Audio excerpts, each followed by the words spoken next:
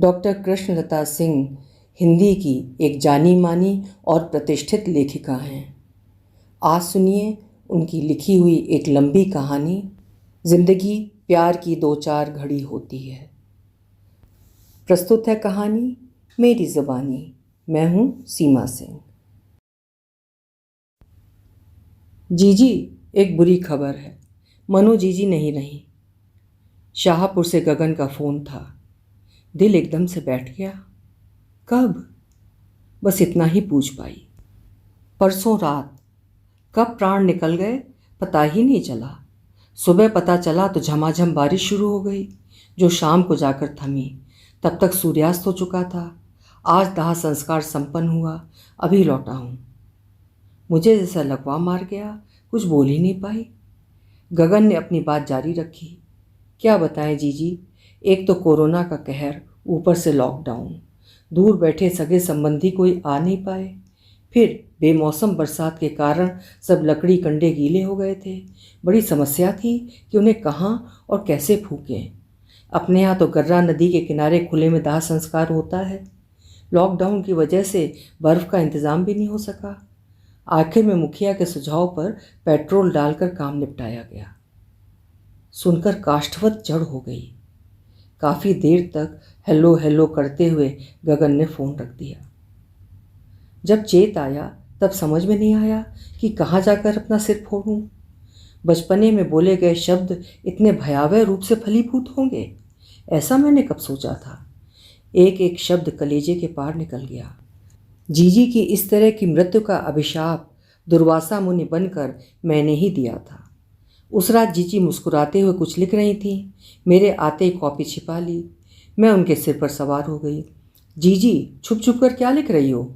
मुस्कुरा क्यों रही हो? हमें भी बताओ ना। जीजी ने हमें झिड़क दिया था। मैं फिर भी नहीं मानी तो उन्होंने मेरी पिटाई कर दी। उनका हाथ चला और मेरी काली जुबान। गांव से जरा हटकर सर्वथा नई गाली सीख कर आई थी, जो कहारिन भाभी ने खरहरा करने वाले बुलाकी राम को दी थी। अचानक भेजे में वो गाली कौंधी। बस फिर क्या था, बला की स्फूर्ति चोट खाए शरीर में जागी। झट से उठकर पहले फूंक मार कर लैंप बुझाया, फिर ये कहते हुए अदृश्य हो गई, राम करे तुम आधी रात को मरो, तुम्हें फूंकने के लिए सूखी लकड़ी भी ना मिले। पर ये तो बचपन की बातें थीं। हम दोनों में खूब झगड़े होते थे, उनकी कोई वजह नहीं होती थी। जीजी हमें पीट देती थी और हम मजबूरी में अपनी बेलगाम जीभ से अंट-संट बक देते थे। दरअसल मनो जीजी हमारी विधवा निर्मला मौसी की बेटी थी, जो हमारे साथ ही रहती थी। वो घर भर की लाडली थी। सहानुभूति की लहर सदैव उनकी तरफ ही बहती थी, अतः उन्हें मारने का जोखिम मैं नहीं लेती थी। गांव जाना चाहती थी, लेकिन कोरोना की वजह से टोटल लॉकडाउन था। जाना संभव नहीं था। मन हजार हजार आंसू रोया और तड़फा। यादों के बादल जमकर बरसे। जीजी के उदास, फीके और बदरंग जीवन के पन्ने मेरी आंखों के सामने खुलते चले गए, जिसका पहला पन्ना मेरे नाम का था। अगर ये पन्ना ना होता तो शायद जीजी की ज़िंदगी की तस्वीर कुछ अलग होती। हाँ, उस दिन शाम का समय था। आसमान से धीरे धीरे धुंधलका झर रहा था। सड़क के किनारे हम अपनी सहेलियों के साथ रस्सी कूद रहे थे। उन दिनों मोहल्ले की सड़कें पतली और फुटपाथ चौड़े होते थे। सड़क पर भी रिक्शा, तांगा, एक्का और साइकिल सवारी दिखते थे। उर्मिला और कम्मो रस्सी के छोरों को पकड़े चला रही थीं। मैं अपनी उड़ती फ्रॉक के घेरे को हाथों से समेटे रस्सी कूदने में मस्त थी। तभी एक युवक ने साइकिल की घंटी बजाकर ध्यान भंग किया। यहाँ कोई स्कूल में पढ़ाने वाली सुमति बहन जी रहती हैं? रस्सी कूदते कूदते हांफते हुए मैंने कहा, हाँ, मेरे घर में रहती हैं।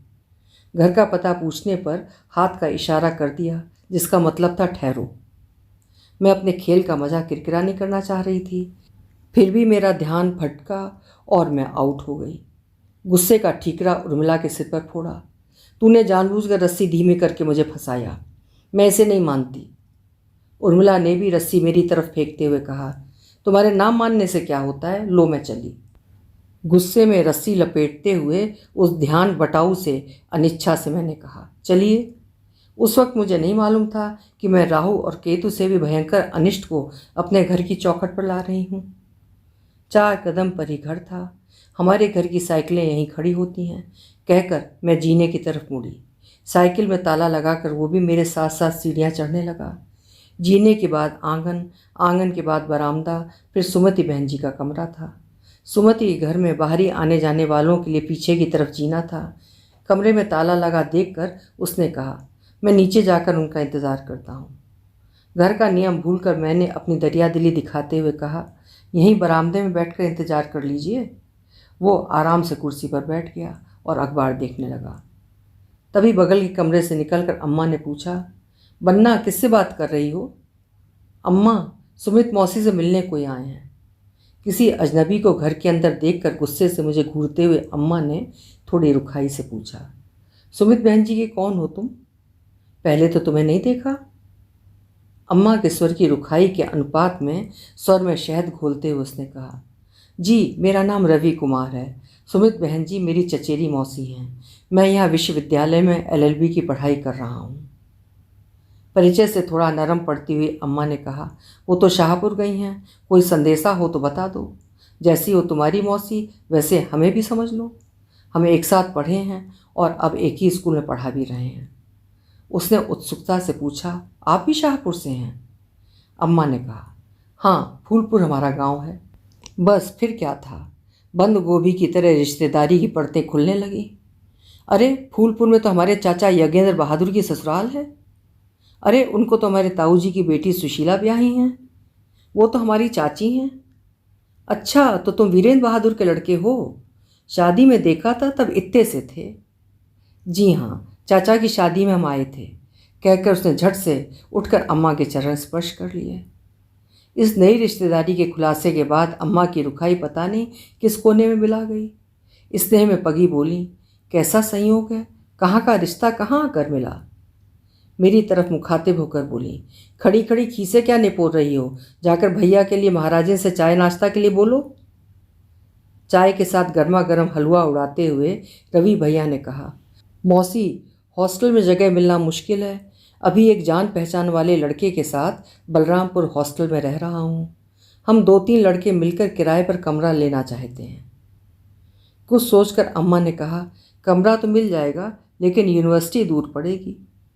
कुर्सी से उठते हुए उसने कहा, यहीं चौराहे से 16 नंबर की बस सीधे यूनिवर्सिटी जाती है, फिर स्टूडेंट कंसेशन पास बन जाएगा। इस प्रकार रवि का गृह प्रवेश मैंने ही कराया। धीरे धीरे वक्त की मेहरबानी से वो हमारे सम्माननीय बड़े भाई की पदवी पर आसीन हो गए। दुख सुख तीज त्योहार सब मौक़ों पर उनकी उपस्थिति अनिवार्य हो गई थी। बड़े भैया को जरूर उनसे ज़्यादा घुलते मिलते नहीं देखा। शायद उनसे बड़े भाई का ओहदा छीना जा रहा था। रवि भैया के बड़े भाई रमन कुमार पुलिस में SP थे, पीलीभीत में तैनात थे। लखनऊ आने पर अब हमारे घर ही रुकते थे। उनका सुदर्शन व्यक्तित्व, सहज और अपनत्वपूर्ण व्यवहार सबको सम्मोहित करता था। वो अक्सर मेरी पीठ पर धौल जमा कर कहते, मेरी बन्ना IAS बनेगी। दादा के शब्द मुझे गंभीरता से पढ़ने के लिए प्रेरित करते। दादा ने अम्मा को रवि भैया का लोकल गार्जियन बना दिया। उनके मनी ऑर्डर और खत हमारे घर के पते पर आने लगे। अम्मा इसको बड़ी बात मानकर गौरवान्वित होने का सुख भोगने लगी। मैं पढ़ाई और खेलकूद में चटक थी। इसके विपरीत मन्नो जीजी पढ़ाई में ढकेला मार थी। अंग्रेजी उनके लिए एवरेस्ट की चोटी थी जिस पर वो कभी चढ़ नहीं पाई। 5वीं के बाद वो कोई भी क्लास खुद से पास नहीं कर पाई। 6ठी में फेल तो 7वीं में अम्मा के स्कूल, 7वीं में फेल तो 8वीं में फिर मौसी के स्कूल में नाम लिख गया। 8वीं में फेल होने पर बड़ी मुश्किल से घर के पास शशि भूषण कॉलेज में 9वीं में नाम लिखवाया गया। वो भी इसलिए क्योंकि वहाँ की वाइस प्रिंसिपल मृदुला सिन्हा अम्मा की पूर्व छात्रा थी। 9वीं में फेल होने पर और कहीं नाम नहीं लिख पाया। अतः 9वीं में आकर नैया एक किनारे खड़ी हो गई। लड़की जात को बाहर कोचिंग के लिए भेजना या घर पर ट्यूटर रखना दोनों खतरे से खाली नहीं थे। कोई लेडी टीचर घर पर आकर पढ़ाए ये ख्वाब था उन दिनों। घर में सब पढ़े लिखे थे लेकिन हिंदी मीडियम से थे। उनकी दूसरी भाषा उर्दू थी। जीजी की समस्या गंभीर थी जिसका कोई समाधान नहीं मिल रहा था। मेरी अंग्रेजी की गाड़ी फटाफट चल रही थी। जहाँ रुकती मैं धड़ल्ले से रवि भैया से पूछ लेती। अंग्रेजी के निबंध और अनुवाद भी भैया से जचवा लेती। 2-4 अंग्रेजी के वाक्य बोलना भी सीख लिया था, जिससे क्लास में खूब रौब जम गया था। मैंने मनो जीजी को नेक सलाह दी थी, आप भी रवि भैया से पढ़ लिया करो।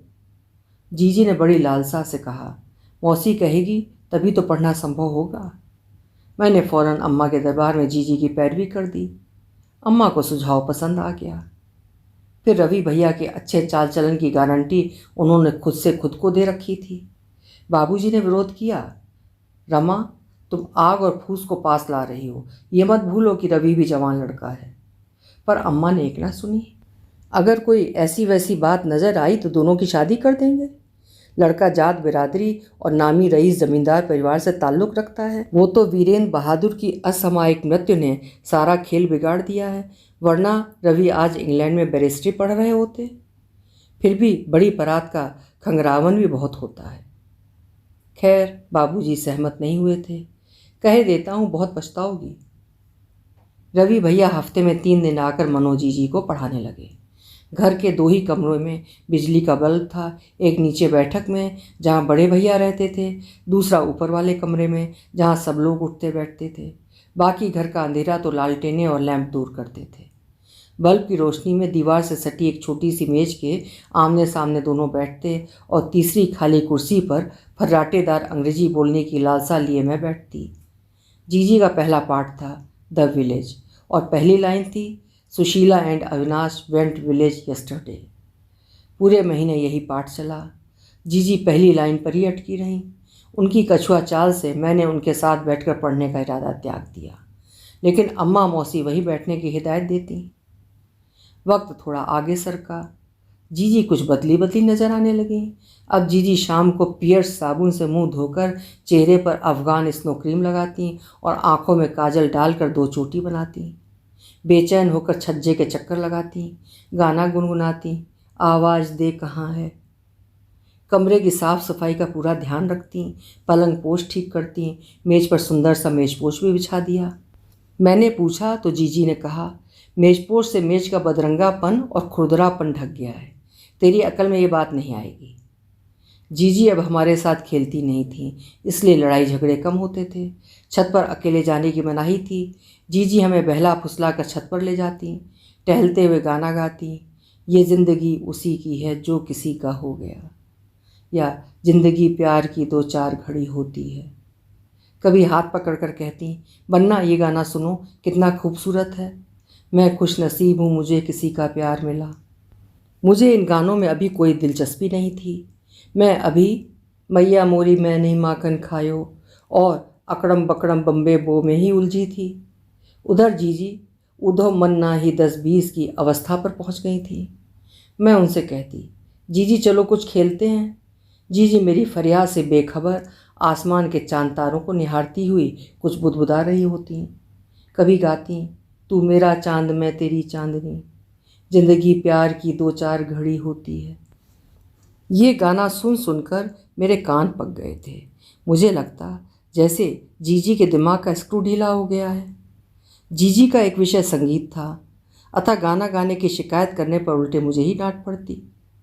एक दिन पड़ोस वाले गुप्ता जी असमय हमारे घर पधारे और संदेह का कीड़ा हमारे घर छोड़ गए। बहन जी, आज मनु बिटिया को हम लोगों ने किसी लड़के के साथ बनारसी बाग में टहलते देखा। अम्मा भले ही उनकी बात से सहमत नहीं हुई, उन्हें उनका भ्रम कहकर टाल दिया, लेकिन अकेले में पूछा जरूर। पर हमारी मनो जीजी ने भुयन देवी की कसम खाकर इस आरोप को एक सिरे से नकार दिया।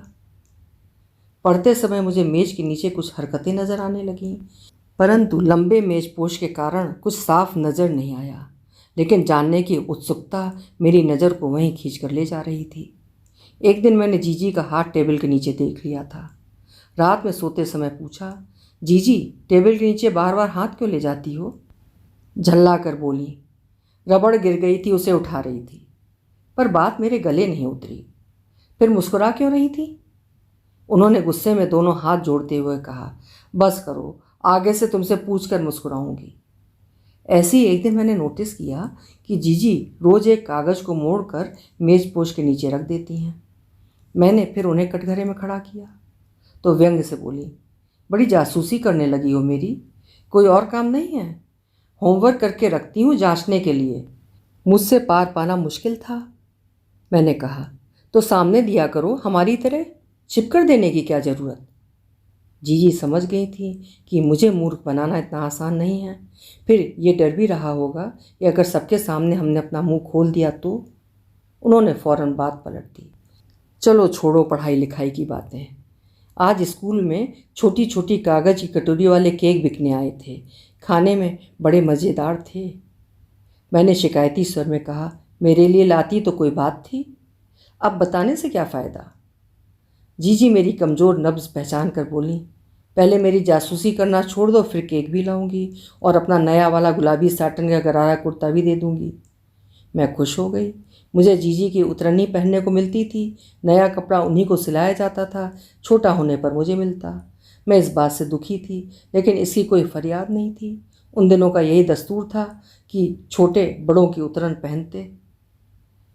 इतवार का दिन था। निर्मला मौसी मुगरी से कपड़े पीट पीट कर धो रही थीं। हमारे घर की मुगरी ऐतिहासिक थी। एक एल्युमिनियम की खूब भारी रॉड थी जो रसोई घर में फुकनी और कपड़े धोने के समय मुगरी के रूप में इस्तेमाल होती थी। कब कहाँ से कौन लाया, किसी को पता नहीं था। अम्मा धरा उठाई में व्यस्त थीं। जीजी अपने कमरे में तानपूरा लिए राग रागनियों में डूबी थीं। मैं कपड़े पानी में खंगाल रही थी। अचानक बड़े भैया दहाड़े, मनोरमा। पूरा घर सहम गया। जीजी तानपुरा छोड़कर दरवाजे की चौखट पर खड़ी होकर थर थर काँपने लगी। भैया ने ना आओ देखा ना ताओ, मौसी के हाथ से मुगरी लेकर दनादन जीजी पर बरसाने लगे। कल किसके साथ बनारसी बाग में घूम रही थी। जीजी मार खाकर बेदम होकर जमीन पर लौट गई, पर मुंह से एक शब्द नहीं फूटा। भैया का भी हाथ नहीं रुक रहा था। अम्मा ने दौड़कर रॉड हाथ से छीनते हुए कहा, क्या लौंडिया को मार ही डालोगे। भैया ने दांत पीसते हुए कहा, हाँ जरूरत पड़ी तो। अगर गलती से मैंने देख लिया तो गड़ासे से बोटी बोटी काट कर बोरी में भरकर गोमती में बहा दूंगा। सब कान खोल कर सुन लो। भैया जैसे तमतमाए आए थे वैसे ही नीचे चले गए। जीजी को फटाफट हल्दी वाला दूध पिलाया गया।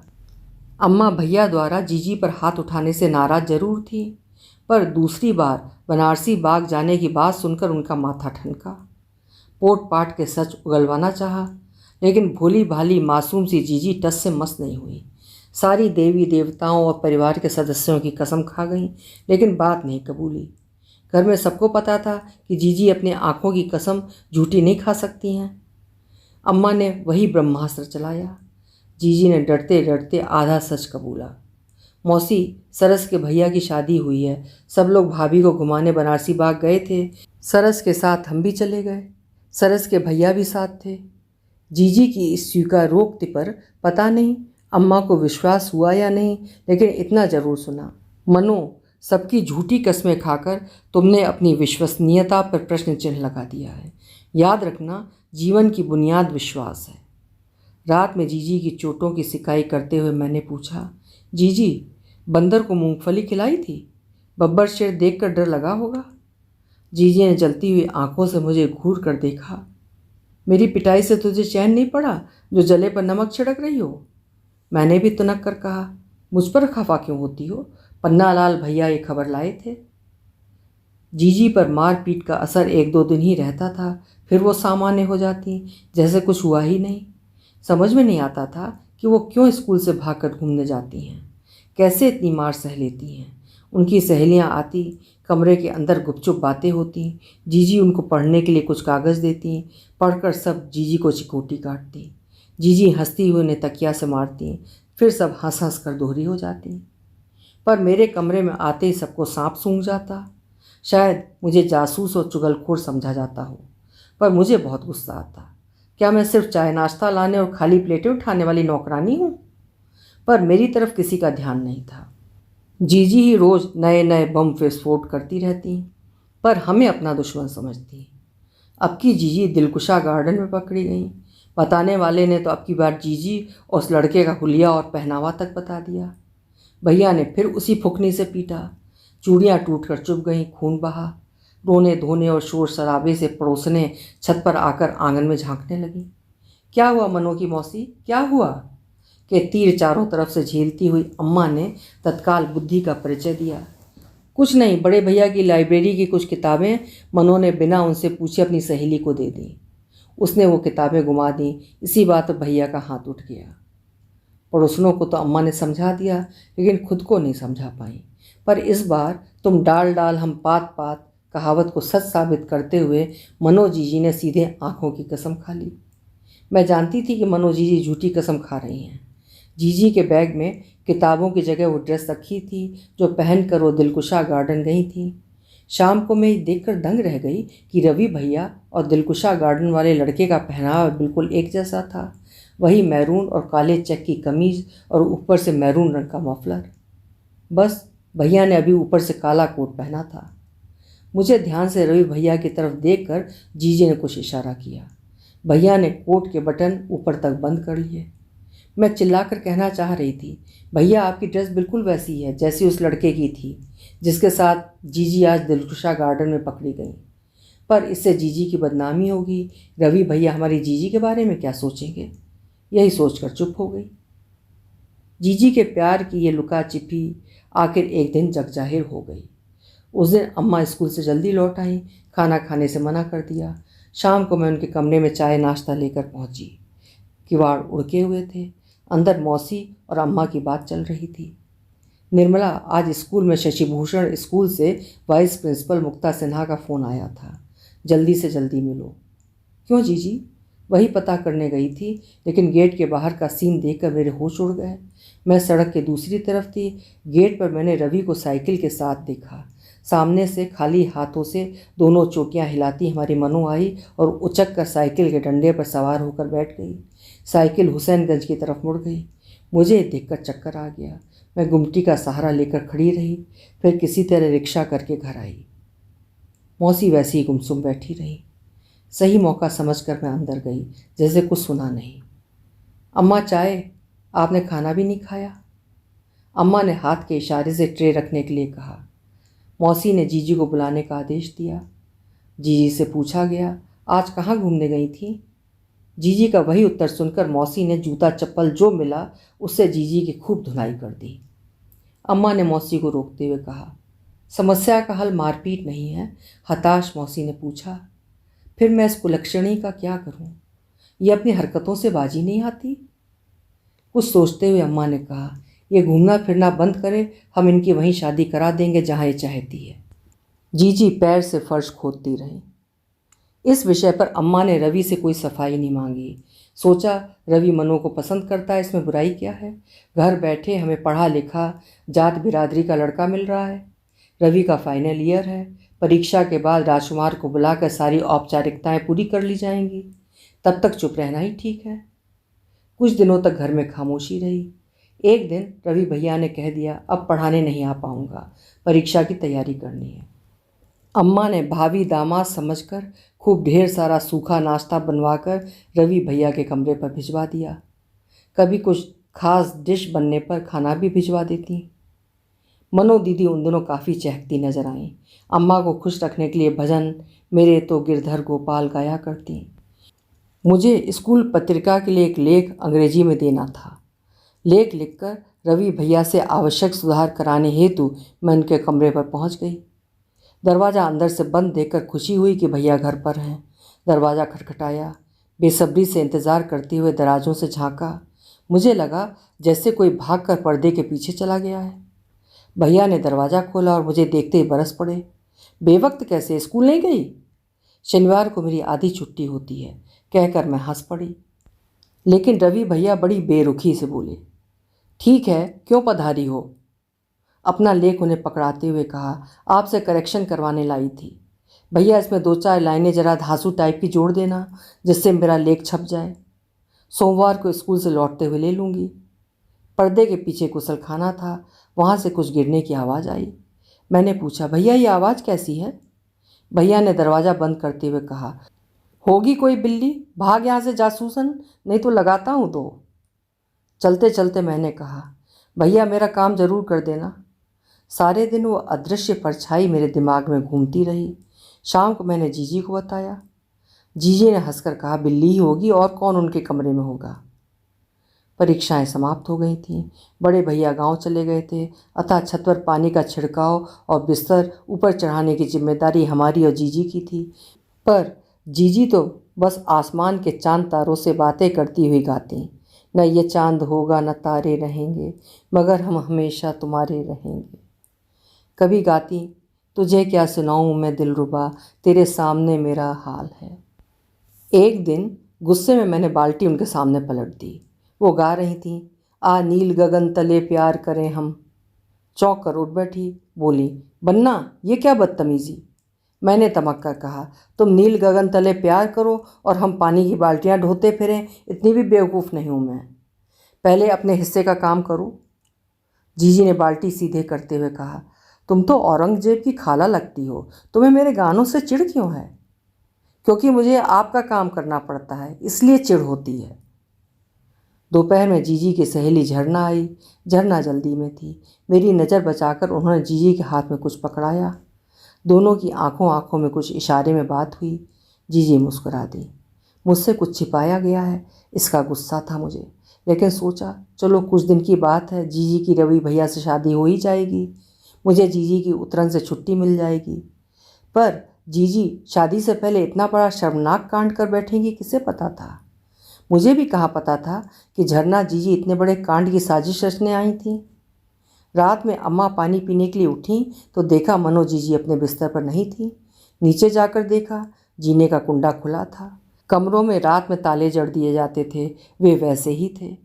अम्मा ने मौसी और बाबूजी को जगाया। सारी बातें सुनकर मौसी पछाड़ मारकर गिर पड़ी। मेरी आंख भी खुल गई। अम्मा ने कहा, निर्मला अपने को संभालो, सोचो इतनी रात में वो कहाँ गई होगी, उसे कहाँ तलाशें। बाबूजी ने अम्मा का हाथ पकड़कर कहा, चलो रवि के कमरे पर चलते हैं, वो वहीं गई होगी। पर अम्मा ने मना करते हुए कहा, परीक्षा के बाद रवि गांव गया है, हमें बता कर गया है 5 को लौटेगा। बाबू बोले, वो हरामी का पिल्ला कहीं नहीं गया है, यहीं हजरतगंज में टहल रहा है। 2 घंटे के बाद मनो जीजी अम्मा बाबूजी के साथ लौटी। हर समस्या का समाधान शांतिपूर्वक करने की हिमायती अम्मा जीजी की इस हरकत पर बिफर पड़ी। जीजी को मौसी की तरफ ढकेलते हुए बोली, देख निर्मला, ये नासपीटी उसके गुसलखाने में छिपी बैठी थी और वो मक्कार हम पर तंज कस रहा था। बेटी घर से भागी है तो पुलिस थाने में जाओ, कुआं तालाब झाँको, यहाँ क्या लेने आए हो? उसकी तेजाबी बातें सुनकर हमारा खून खौल उठा। हमारे पास उसकी बातों का जवाब नहीं था। मुंह लटकाए लौटने लगे। अचानक पलंग के नीचे उसकी चप्पल दिख गई। गुसलखाने से खींच कर लाई हूँ इसे। बाबूजी बोले, मुझे अफसोस है कि मैं उसकी बदतमीज़ी का जवाब नहीं दे पाया। शोर शराबा होता, आसपास के लोग जाग पड़ते, भीड़ इकट्ठी होती, उन्हें क्या बताते? उल्टे थू थू तो हमारी होती। लड़की हमारी खुद चल कर गई थी। मौसी के सिर पर खून सवार हो गया। जो हाथ में आया उससे जीजी को पीटती गई और बुत बनी जीजी पिटती गई। जीजी एक कमरे में बंद कर दी गई। मुझे समझ में नहीं आ रहा था कि जीजी इतनी मार सह कैसे लेती हैं, क्यों ऐसे काम करती हैं कि उन्हें पीटा जाए। और आज तो उन्होंने हद कर दी, इतना बड़ा साहसिक कदम उठा लिया। आकंठ प्यार में डूबी जीजी सही गलत, उचित अनुचित, लोक लाज सब भुला बैठी। ना कुआं देखा न खाई, बस सीधे अंगारों पर छलांग लगा दी। पूरे दिन भूखी प्यासी कमरे में बंद रही। रात में मैं चुपके से उनके लिए कुछ खाना और पानी लेकर गई। जीजी सिसकते हुए गुनगुना रही थी, हमें काश तुमसे मोहब्बत ना होती। मैं हैरान कि इतनी मार खाने और जिल्लत सहने के बाद भूखा प्यासा कोई गाना भी गा सकता है। मुझे लगा पक्का जीजी पर मुगले आज़म पिक्चर का असर है, जिसे ऐतिहासिक फिल्म समझकर हमें दिखा दी गई थी। जरूर अनारकली की रूह जीजी पर उतर आई है। उसी का भूत जीजी से उल्टे सीधे काम करवा रहा है। तार देकर राजकुमार दादा को बुलाया गया। वो अपनी जीप से भागे भागे आए। पंचायत बड़े कमरे में बैठी। महाराजन की जल्दी छुट्टी कर दी गई। दादा ने पुलिसिया अंदाज में अकेले कमरे में जीजी से बात की। क्या बातचीत हुई किसी को कुछ पता नहीं। दादा जब जीजी के कमरे से बाहर निकले तब उनकी भ्रकुटी तनी थी, हाथों में कागज का पुलिंदा था। दादा की जीप रवि भैया को लेकर आ गई। हम और जीजी कमरे से बाहर खड़े थे। रवि भैया हम दोनों को अनदेखा करके अंदर चले गए। जीजी ने मेरा हाथ कसकर पकड़ लिया। उनके हाथ बिल्कुल ठंडे थे, वो कांप रही थी। दादा ने आदेशात्मक स्वर में कहा, गलतियों को सुधारने का एक ही उपाय है रवि, तुम मनो के साथ शादी कर लो। रवि भैया ने कुटिल मुस्कान से कहा, हाँ मैं तैयार हूँ। यह सुनते ही जीजी के चेहरे पर एक शर्मीली मुस्कान खिल गई, लेकिन अगला वाक्य सुनते ही जीजी गिरते गिरते बची। तिलक में निर्मला मौसी को अपनी जायदाद की रजिस्ट्री मेरे नाम देनी होगी, तभी तिलक चढ़ेगा और शादी होगी। यह सुनकर मौसी भड़क गई। मेरे मरने के बाद मेरी जायदाद पर मेरी बेटी और दामाद का हक होगा। जीते जी मैं अपने हाथ पैर नहीं कटवा सकती हूँ। बड़ी ही निर्लज्ज हंसी हंसते हुए रवि ने कहा, मर्जी आपकी, मैं तो आपकी बेवकूफ़ लड़की को गले बांधने की कीमत मांग रहा हूँ। दादा ने दखल दिया, ये नाजायज़ शर्त है। अगर वो बेवकूफ़ थी तो उसके साथ प्रेम क्यों किया? उसके साथ बगीचों में घूमते फिरते क्यों रहे? शादी का वायदा क्यों किया? रवि भैया ने अपनी फरेबी मुस्कान से कहा, घूमने फिरने को अगर आप प्यार समझ बैठे तो ये आप सबकी समस्या है। रही शादी की बात, मैंने कोई वायदा नहीं किया, वो तो ये लोग मेरे ऊपर थोप रहे हैं। मुझे फंसाने के लिए मनों को इतनी छूट दी। दादा असहज होकर गरजे, फिर एक इज्जतदार शरीफ लड़की को अपने घर पर क्यों बुलाया? बेशर्मी की सभी हदें पार करते हुए रवि भैया ने कहा, वो खुद चलकर मेरे कमरे पर आती थी। क्या कोई शरीफ चरित्रवान लड़की ऐसा कदम उठाएगी? जो लड़की अपने घर वालों को धोखा दे सकती है, उसके चरित्र पर कैसे विश्वास किया जाए? पता नहीं कितनों के। रवि भैया के इन शब्दों की बर्छियां सबके कलेजों को चीर गईं। कमरे में एक क्षण के लिए सन्नाटा छा गया। मनो जीजी थर थर काँपने लगी, नथुने फड़कने लगे। एक कदम कमरे के अंदर रखा, फिर पीछे हटा लिया। उनके मन में शायद यही चल रहा होगा कि धरती फट जाए और वो उसमें समा जाए, पर ऐसा हुआ नहीं। उन्होंने मेरे हाथ पर अपनी पकड़ और मजबूत कर ली और लौटने लगी। सुनने के लिए अब कुछ बाकी नहीं बचा था। तभी अम्मा की तेज हुंकार सुनाई दी, निकल जाओ इसी समय मेरे घर से, नहीं तो कुछ अनहोनी कर बैठूंगी। इसी दिन के लिए सपोले तुझे पाला था। अच्छा हुआ तेरी मक्कारी, लालच और कमीनेपन की कलई शादी से पहले खुल गई। निकल जा मेरे घर से। वो तीर की तरह तेजी से कमरे से बाहर आया, जीजी पर उड़ती हुई नज़र डालते हुए सीढ़ियाँ उतर गया, जिन पर चढ़कर वो कभी मेरे साथ इस घर में आया था। दादा ने सबके पैर छूते हुए कहा, हम शर्मिंदा हैं। बाहर हम दोनों के सिर पर हाथ फेरा और चले गए। दीदी जिंदा लाश की तरह मेरे कंधों का सहारा लेकर अपने कमरे में लौट आई। दूसरे दिन मातमी माहौल में मौसी ने धनसेरा जाने की तैयारी कर ली। अपनी नीले रंग की गुलाबी छापों वाली बक्सिया में कुछ कपड़े ठूंसते हुए मौसी ने कहा, जीजा मैं उसी धनसेरा जा रही हूँ जहाँ से कभी धक्के मारकर निकाली गई थी। मैं इस छूत की छोलन को ऐसी जगह फेंकूंगी जहाँ रवि की छाया भी न पड़े। अम्मा बाबूजी ने बहुत रोका, लेकिन मौसी नहीं रुकी। उसी धनसेरा में मनो जीजी के लिए लड़का खोजने चल दी, जहाँ इतने सालों तक मौसी ने कभी पलट कर नहीं देखा था। मौसी धनसेरा से विजयी मुस्कान के साथ लौटी, घर भर को सुनाते हुए बोली, संजोग से बड़ा अच्छा घर परिवार मिल गया है, मनो वहाँ राज करेगी। मनो की शांति बुआ के जेठ का लड़का है। पक्की दुमंजिला हवेली, नौकर चाकर और धन धाने से भरा पूरा घर है। गन्ने के 4-4 क्रेशर चलते हैं। 1000 एकड़ ज़मीन की जोत है। लड़का ने 8वीं की परीक्षा दी है। अम्मा ने टोका, सब ठीक है पर लड़का थोड़ा।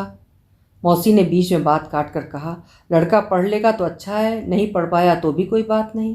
उनके घर में इतना है कि 7 पुश्त बैठ कर खा सकती हैं। पढ़ी लिखी लड़की सुनकर फ़ौरन तैयार हो गए, वरना इतने बड़े घराने में लड़की देने की हमारी हैसियत कहाँ थी। शांति ने सब बात बनाई। हमने कहा बस बारात की अच्छी देखभाल करके हमारा मान रख लेना। हमने तो फ़ौरन एक नारियल और 11 रुपये देकर परीक्षा की रस्म कर दी। बस अब जीजा एक बार जाकर अपनी आंखों से सब कुछ देखकर तसल्ली कर लें। मनो जीजी सामान्य बनी रही। जो हो रहा था उसे होने दिया। नदी की धारा की तरह समय के साथ बहती गई।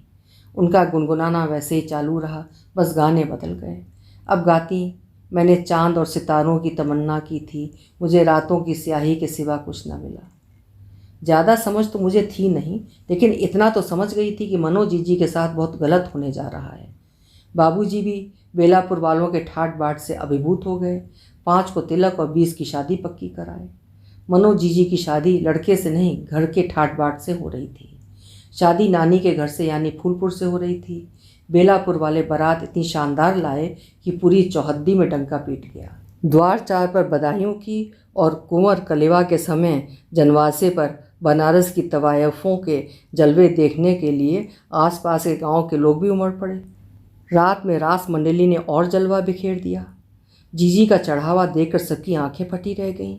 1 किलो सोने की करधनी, आधा किलो सोने की पाजेब, मांग टीका, हथफूल, रानीहार, चंपाकली, गुलूबंद, बाजूबंद, दस्तबंद, पहुंची, कंगन और सच्ची जरी की बनारसी साड़ियाँ गांव में चर्चा का विषय बन गईं। नौकरों चाकरों पर खूब लुटाया गया। हर तरफ शाही शान शौकत देखकर मौसी फूली नहीं समा रही थी। जीजी के साथ पीनस में बैठकर धोबे से सुहाग मांगने गए। आगे आगे अंग्रेजी बैंड और पीछे सुहाग के गीत गाती औरतों का झुंड हमारे साथ साथ चल रहा था। सुहाग मांग कर लौटते समय जीजी ने मेरा हाथ पकड़कर कहा, बन्ना तुम खूब पढ़ना, जिससे हमारी तरह घर से फेंक ही ना जाओ। फिर मेरे गले लग कर रोने लगी, पर घर आते ही आंसू पोंछकर सामान्य बनकर घर की देहरी पर उतरी।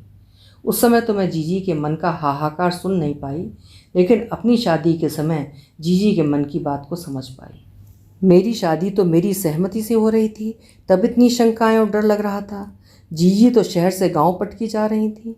पहले प्यार का धोखा साथ चल रहा था, फिर भी वो हर रीति रिवाज में सहयोग कर रही थी। कैसे वो ये सब कर पाई थी, सोचकर हैरान हो जाती हूँ।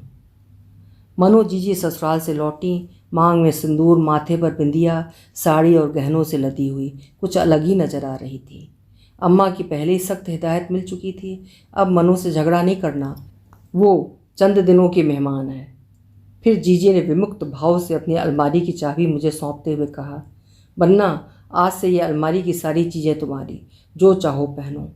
एक तरह से उन्होंने अपने बचपन और जवानी की हसरतों को मुझे सौंप दिया था। विश्वास नहीं हो रहा था कि क्या ये वही जीजी हैं जो कहती थी, खबरदार जो मेरी चीज़ों को हाथ लगाया तो हाथ तोड़ दूंगी। जीजी के ससुराल से खत आया, बहू अपनी 10वीं की पढ़ाई जरूर पूरी करे, हम गौना साल भर के लिए टाल देंगे। मनो जीजी ने कहा, मौसी आप सबको चिट्ठी पत्री लिखने लायक तो हो गई हूँ, गांव में रहना है, अब वेद फाड़ कर क्या करना है। ऐसा कुछ सिखा दो जो घर गृहस्थी में मेरे काम आए। अम्मा को भी ये बात ठीक लगी। उन्होंने अपने ही स्कूल के पास आर्य समाज में चलने वाले सिलाई कढ़ाई शिल्प केंद्र में उनका नाम लिखा दिया। साथ ही प्राइवेट 10वीं की परीक्षा देने का सुझाव दिया। कुछ ही दिनों में जीजी ने इस कला में महारत हासिल कर ली। जरदोजी और सलमे सितारे के काम पर उनके हाथ की सफाई देखकर अम्मा ने महसूस किया कि इस लड़की में कितना हुनर छिपा था जो हम सब पहचान नहीं पाए। अम्मा मन ही मन मनो के लिए दुखी थी कि गुस्से और जल्दबाजी में मौसी ने मनो जीजी के साथ ज्यादती की है। उसे इतनी बड़ी सज़ा नहीं मिलनी चाहिए थी। शहर की ज़िंदगी जीने वाली लड़की को गांव के अंधेरों में नहीं ढकेलना चाहिए था। कहीं ना कहीं खुद भी अपराध बोध से ग्रस्त थीं कि उन्हीं के कारण रवि को घर के अंदर घुसने का प्रोत्साहन मिला। रिश्तेदार को घर की बैठक तक ही सीमित रखना उचित था। ऊपर से सामान्य सी दिखने वाली जीजी के मन में कितनी उथल पुथल होगी, इसका एहसास उन्हें था। शायद तभी अम्मा ने कहा, मनो किसी दिन सरस और झरना से मिलाओ, सितार भी बजा लिया करो, धूल जम रही है। जीजी ने सिर हिला दिया, लेकिन बजाते कभी नहीं देखा। अब वो हमारे सामने गाती भी नहीं थी। अकेले में कशीदाकारी करते समय गुनगुनाते सुना, मोहब्बत की झूठी कहानी पर रोए, यूं हसरतों के दाग मोहब्बत में हो लिए। फिर चौकन्नी होकर इधर उधर देख भी लेती कि कहीं कोई सुन तो नहीं रहा है। एक दिन बड़ी घबराई हुई जीजी ने अम्मा से कहा, मौसी वहाँ गौने के लिए लिख दो। अम्मा चौंक कर बोली, ससुराल की याद आ रही है। नीची नज़रें किए जीजी ने कहा, मौसी वो मुझे बहुत परेशान कर रहा है, रोज़ स्कूल के बाहर साइकिल लिए खड़ा रहता है। पहले तो अम्मा स्तब्ध रह गई, फिर कुछ सोचकर बोली, क्या कहता है। जीजी ने आंखें पोंछते हुए कहा, कह रहा था कि अपने लव लेटर्स लेने मेरे कमरे पर आओ, नहीं तो उन्हें तुम्हारी ससुराल भेज दूंगा। सुनकर अम्मा का चेहरा सफ़ेद पड़ गया। फिर तुमने क्या कहा। जीजी ने एक गहरी सांस ली और बोली, कह दिया मैं नहीं आ सकती। तो आग बबूला हो गया। बोला, ज़्यादा सती सावित्री बन रही हो, मेरे पास तुम्हारे जितने खत हैं उतने दिन तुम्हें आना पड़ेगा, हर दिन एक खत लौटाऊंगा, देख लेना, मुकर गई तो अंजाम अच्छा नहीं होगा। अम्मा की जान मुश्किल में पड़ गई। बाबूजी ऑफिस के काम से सागर गए थे। मौसी अब नौकरी छोड़कर नानी के पास गांव में रहने लगी थी। आपस में सलाह करने के लिए भी कोई नहीं था, मगर अम्मा ने निर्णय लिया कि तुरंत मनो का गौना कर दिया जाए, फिर रवि से निपटा जाए। इस आशय का एक पत्र उन्होंने मनु की ससुराल भेज दिया। मनु 10वीं की परीक्षा प्राइवेट देना चाहती है। एक बार गौना हो जाए तो बाद में आती जाती रहेगी। मौसी को भी बुला लिया गया। मनु जीजी अपनी ससुराल में बहुत खुश थी। उनके खत मेरे पास आते थे, मैं पढ़कर सबको सुनाती। जीजी लिखती, बन्ना, तुम्हारी जीजी का रौब घर पर जम गया है। बाहर से आने वाले अफसरों और हाकिमों के लिए ट्रे में चाय नाश्ता सजाकर मैं ही भेजती हूँ। बैठक को सजाने के लिए सजावटी सामान तुम्हारे जीजा के साथ शहर जाकर खुद लाई हूँ। घर के सब बच्चों को पढ़ाती हूँ। बड़े ससुर बहुत खुश हैं, कहते हैं शहर में अब कोठी लेंगे। सब बच्चे मनो बहू के साथ रहकर पढ़ाई करेंगे। मैं इस बार 10वीं की परीक्षा प्राइवेट दूंगी, पास होकर दिखा दूंगी। अम्मा बाबूजी से कहते, मनु ने समझदारी से अपनी गृहस्थी संभाल ली है, खुश रहने की कोशिश कर रही है। ईश्वर को बहुत बहुत धन्यवाद। पर सब कुछ वैसा नहीं चला जैसा हम सब चाहते थे। नियति अपना खेल साथ साथ खेल रही थी। एक दिन अचानक निर्मला मौसी मनु जीजी के साथ आई। मनु जीजी को पहचानना मुश्किल था। अस्त व्यस्त, बेहाल कपड़े, बिखरे बाल, चेहरे पर अजनबी क्रूर हंसी देखकर हम तो डर गए। उन्होंने किसी को पहचाना नहीं। अम्मा ने पुकारा, मनु बिटिया कैसी हो? जीजी ने क्रूर अट्टहास किया, मडगड षडगम दत्त तेरे की, बहेलिया आया धड़ धड़ पकड़ी चिड़िया। फिर मुंह पर उंगली लगाकर चुप रहने और गर्दन काटने का इशारा किया। जीजी के हाथ जो भी आता उसे उठाकर पटक देती।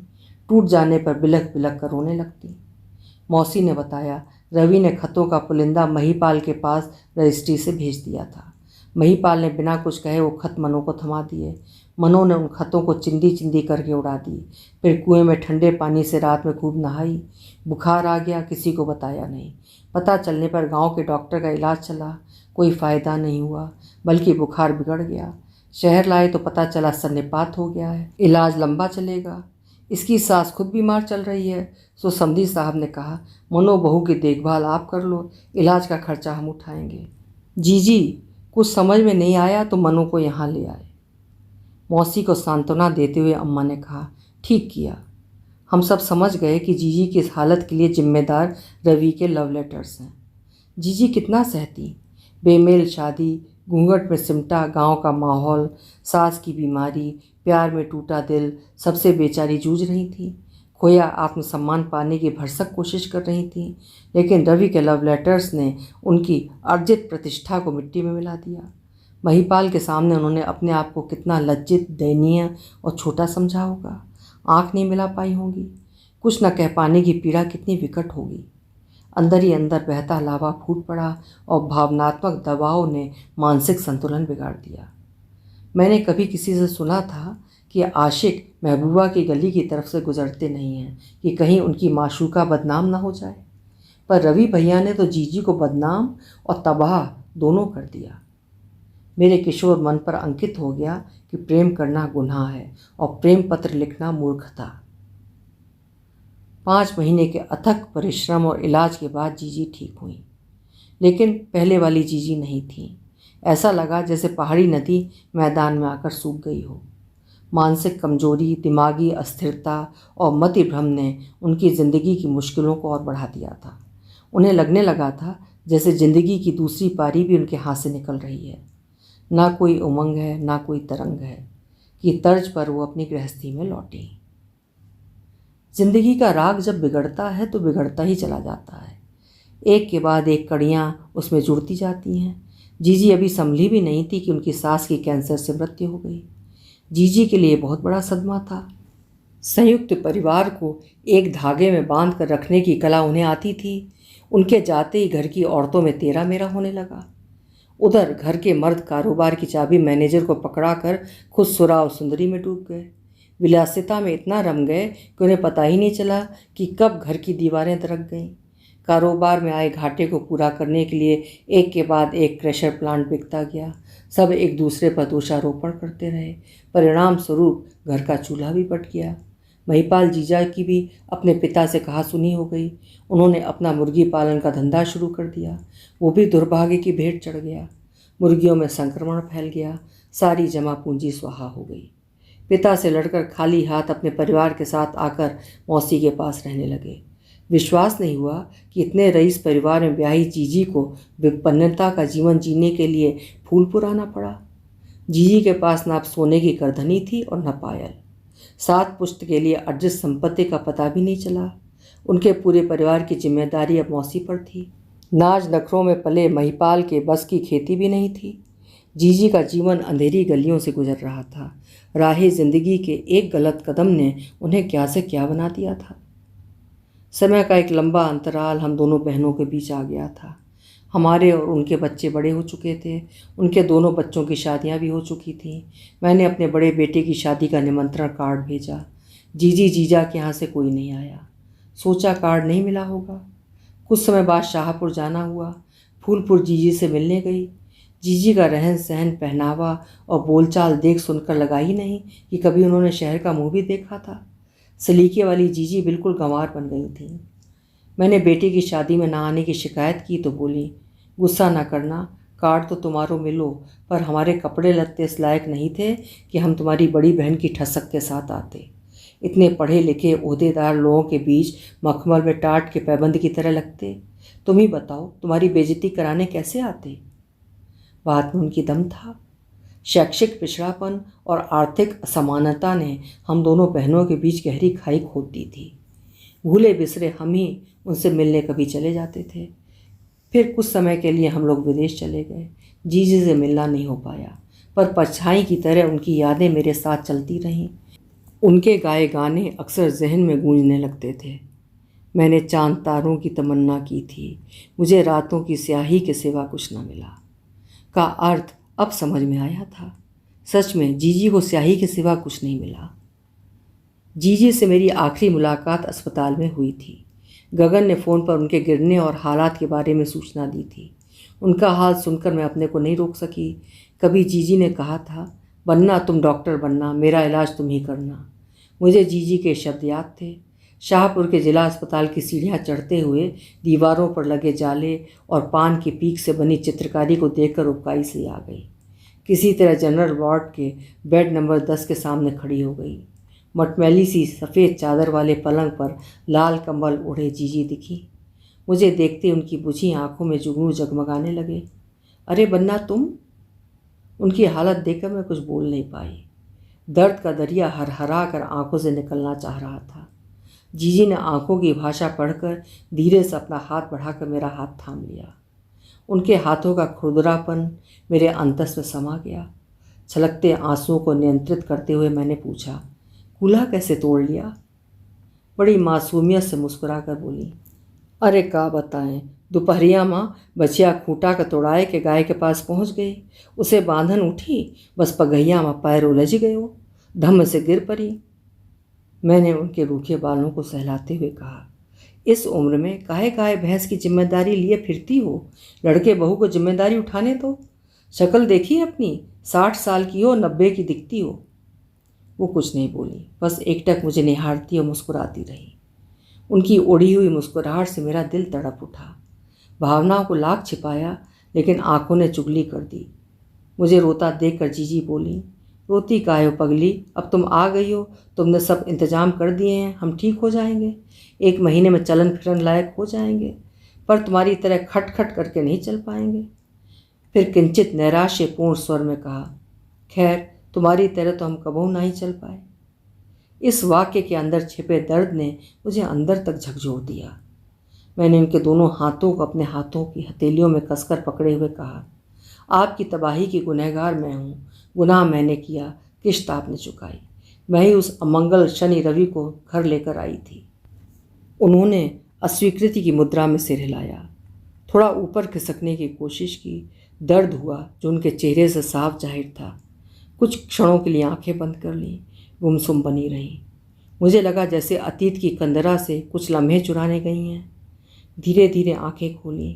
उनके चेहरे की रंगत बदल गई, बोलने का अंदाज बदल गया। पुरानी मनोजीजी फिर से जिंदा हो गई। पहाड़ी निर्झर की तरह शब्द झड़ने लगे और मैं अवाक भौचक्की सुनती रही। विश्वास नहीं हुआ कि जीजी भी इस तरह सोच सकती हैं। बन्ना, तुम उसे लेकर नहीं आई थी, मेरी नियत उसे लेकर आई थी। उस जमाने में प्यार करना गुनाह और धोखा उसकी सज़ा समझा जाता था। इससे अनजान नहीं थी, फिर भी प्यार हो गया। प्यार कोई सोचकर तो किया नहीं जाता है, हो जाता है, सो हो गया। मैंने गोपियों की तरह उसे हमरे हरे हारिल की लकड़ी मान लिया था। अंग्रेजी का पहला पाठ ठीक से पढ़ नहीं पाई, लेकिन आई लव यू लिखना पढ़ना बड़ी जल्दी सीख गई, और उसका मतलब भी। तभी तो इतनी शिद्दत से उसमें डूबती गई। प्यार के खूबसूरत एहसास का एक एक पल जी लेना चाहती थी। प्यार का मादक नशा मारपीट पर भारी पड़ा। मैं पिटती गई, दर्द सहती गई, उफ भी मुंह से नहीं निकाला। मैं अपने प्यार के प्रति समर्पित थी। उसके प्यार के एहसास सच्चे हैं, प्यार की तपिश सच्ची है, उसका भरोसा सच्चा है। मैं तो यही मानकर चल रही थी। मुझे क्या मालूम था कि वो मुझे बेवकूफ़ समझकर मुझसे प्यार का नाटक खेल रहा है।